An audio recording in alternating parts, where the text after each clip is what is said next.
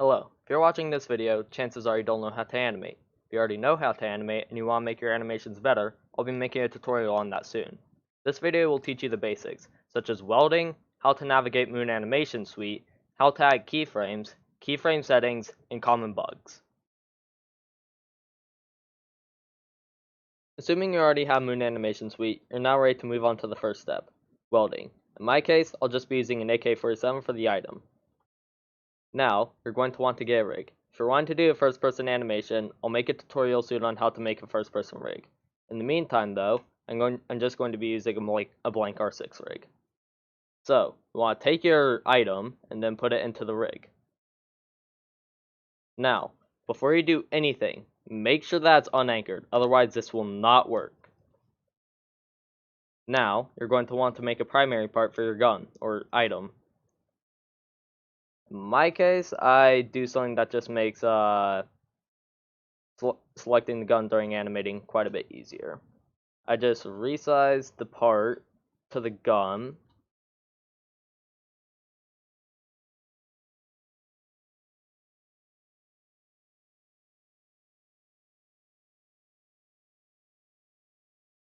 And then I make it transparent. Now, you're going to want to select your gun, and then hold Control, and then click on the part that you want to weld everything to. Use Weld and In Place. If you're wanting to do a reload animation, you want to delete the bolt and mag welds. If you want to make them easier to find, just rename them to bolt or mag. That's just what I have. Then Control click on part, and then Control click on the mag and bolt. Now use the Motor 6D and In Place. If you uncheck on In Place, it'll look like a mess. So now you're going to want to take the right arm or whatever you want to weld something to, and then you click on the part and then do Motor 6D and uncheck In Place. If you want something to just be a static object, not be able to move it but still have it to the character, then you use Weld.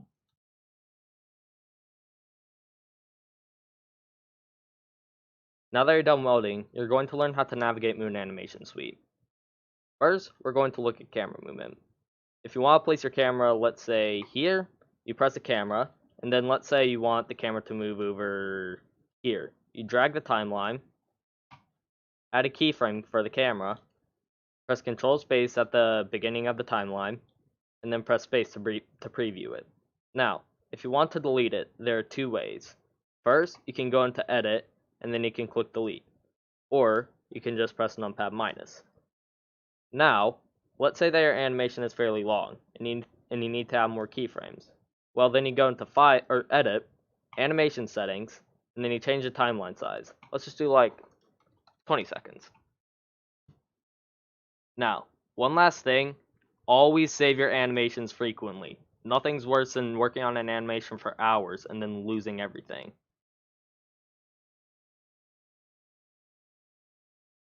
Now that you know how to navigate Moon Animation Suite, you're ready to animate now. If you haven't already, go into Options for Weld Edit. Now, you'll mainly be using two things, position and rotation. Rotation, fairly self-explanatory, it just rotates it. That'll add a keyframe as well if you look down here at the timeline. Now, to add another keyframe, drag the timeline and then move it up.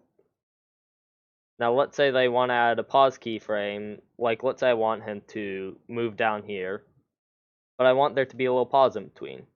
What you can do is you can go into keyframe, repeater, and let's just add like a 7-second repeater here. You see that there's a little pause there. Now, I'm going to move on to the animation when it's done, and I'll see you guys there. Now that I'm done, we can now view the animation. Chances are, you probably think that's really stiff. But that's where one feature really comes in handy here, called Keyframe Settings. It's pretty much time remapping. And this graph right here is a representation of time. So let's say for sine, you can see that there's not much movement, and then it kind of just spikes up with movement. And now let's go with like expo.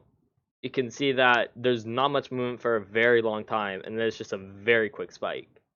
Now, Let's see what it looks like with, let's say all expo out. Now that looks very snappy. But let's try sign out. You can see that looks slightly smoother. This feature is extremely useful for whenever you want to make your animation slightly less stiff.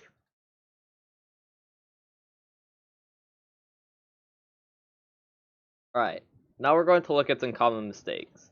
Let's look at this animation again. You can see quite a bit wrong with it. First of all, the most obvious one is the snappiness. See, this is a problem that I probably run into a lot, but you see right here, there's a 1 millisecond delay keyframe right here. You're going to want to delete all of those that you see, otherwise it'll look like that.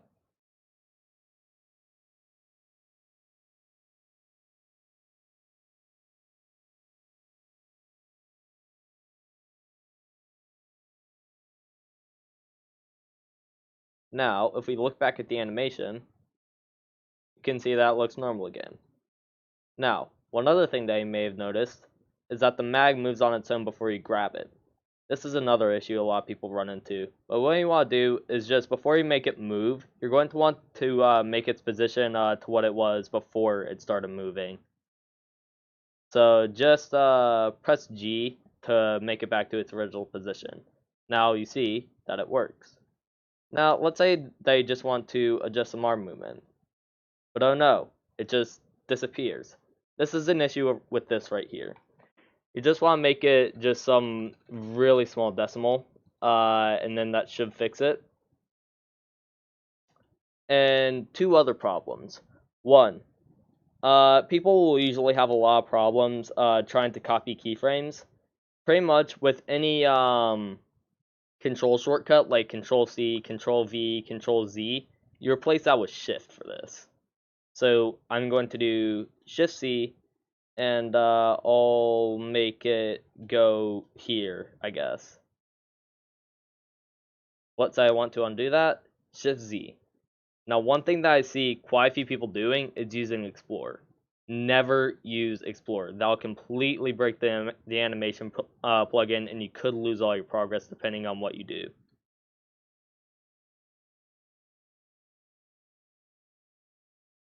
Congratulations, you're on the road to becoming an animator. If you have any problems or questions at all, let me know in the comments and I'll try my best to answer all of them. I'll see you in my next tutorial.